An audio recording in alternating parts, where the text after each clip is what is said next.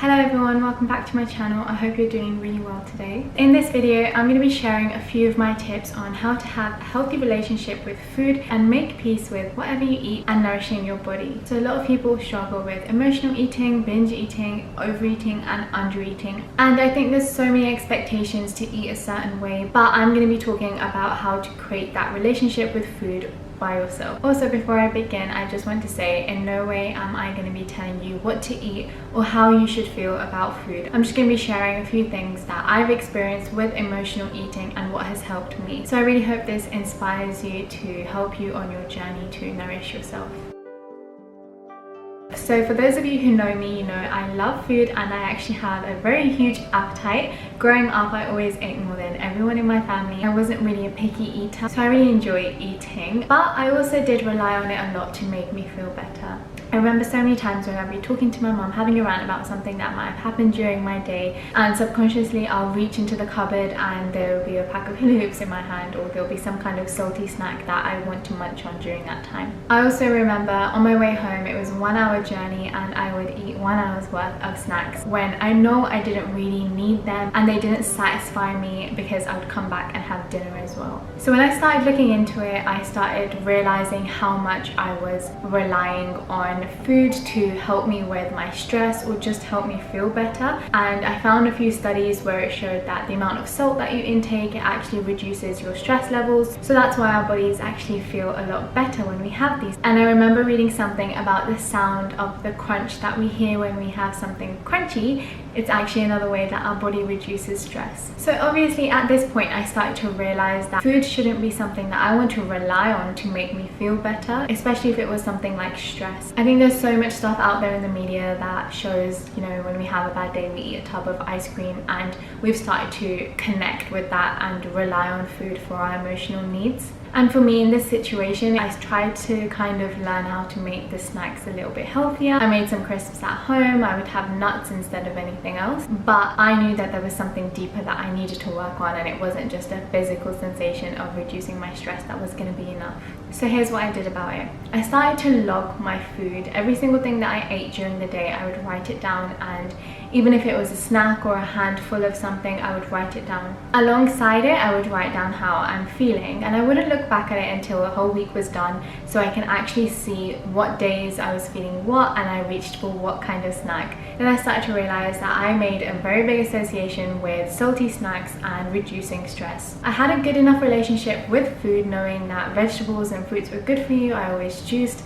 I always ate all of my vegetables, even the ones that nobody touches. As a child, I ate them because I knew that they were good for me, even if I didn't like the taste at the time. But like I said, I was unhappy with how much I was relying on these salty snacks to make me feel better. Don't get me wrong, I still have salty snacks and I still eat whatever I want to, but now that association is no longer there. I don't think that I need this to reduce my stress. I eat it because I want to, and there's no guilt with that. So this is the next thing I wanted to talk about. There's always a lot of talk about good food and bad food, and I think there's a lot of guilt that we hold on to when we eat something that may not be as nourishing as a bowl full of vegetables. But this is when I think there's something deeper that's important. It's important how you are looking at your food, because if you truly thought it was junk, if you truly thought it was bad for you, you wouldn't eat it. It's just like you wouldn't eat cement, because that is not beneficial for your body. When you make that connection of food being something that's going to be good for your body, whether it's something that you're craving, whether it's something that may not be as nourishing, if it's something that you want in your life, then it is not bad, it's not dirty, it's not something you should feel guilty about. So this links to my experience, because there was a point where I knew that crisps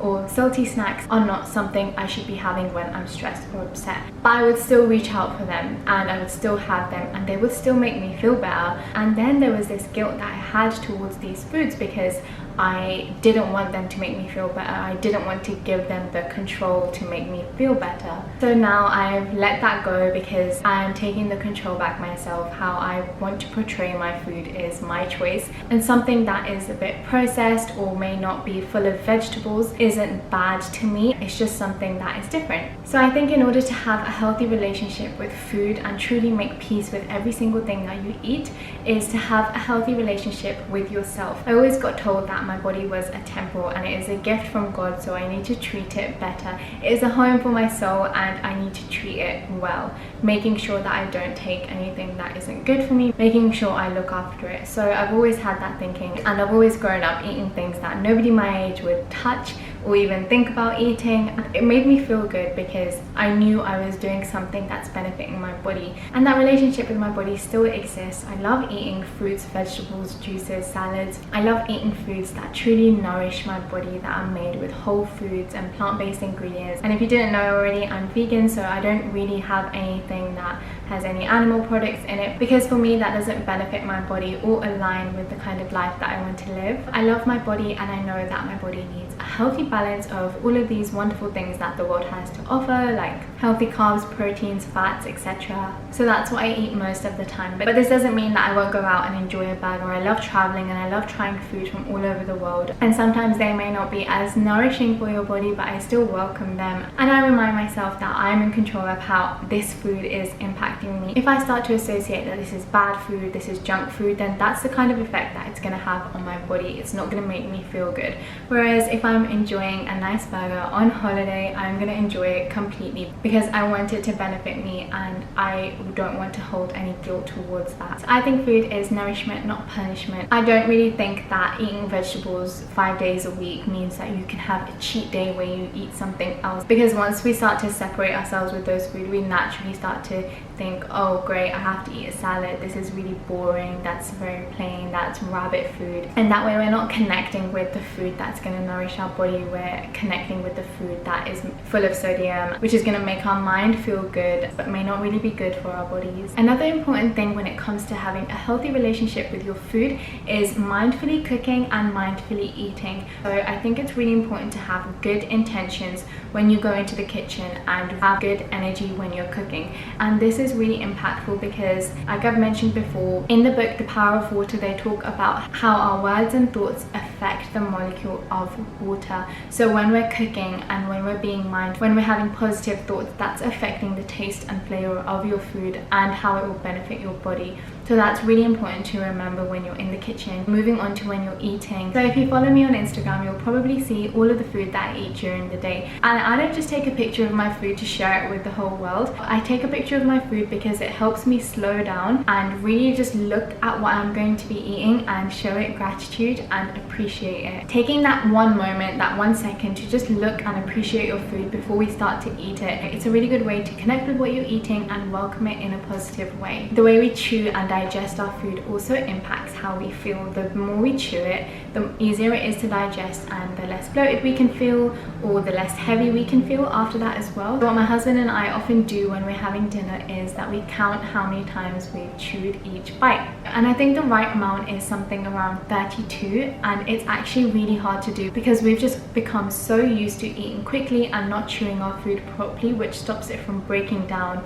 and we can't absorb all of the nutrients and goodness from the food either. So the next time you take a bite of your food, count how many times you chew it and let me know in the comments below. And the last thing I'm going to talk about is educate yourself. Find a professional to talk to if you have any questions. Don't always rely on everything you get told on the internet. And I know this sounds really basic, but there's so much knowledge out there, and even everything I'm saying, like I said, I'm not a professional in this area. It doesn't have to be applicable to your life. It's just something that I've been through and I wanted to share. But we often get told from so many people something like carbs are bad. And I remember once I heard someone say carbs numb your mind. At that point I made this connection that if carbs numb your mind, surely that's not good for you because you don't want to have a numb mind.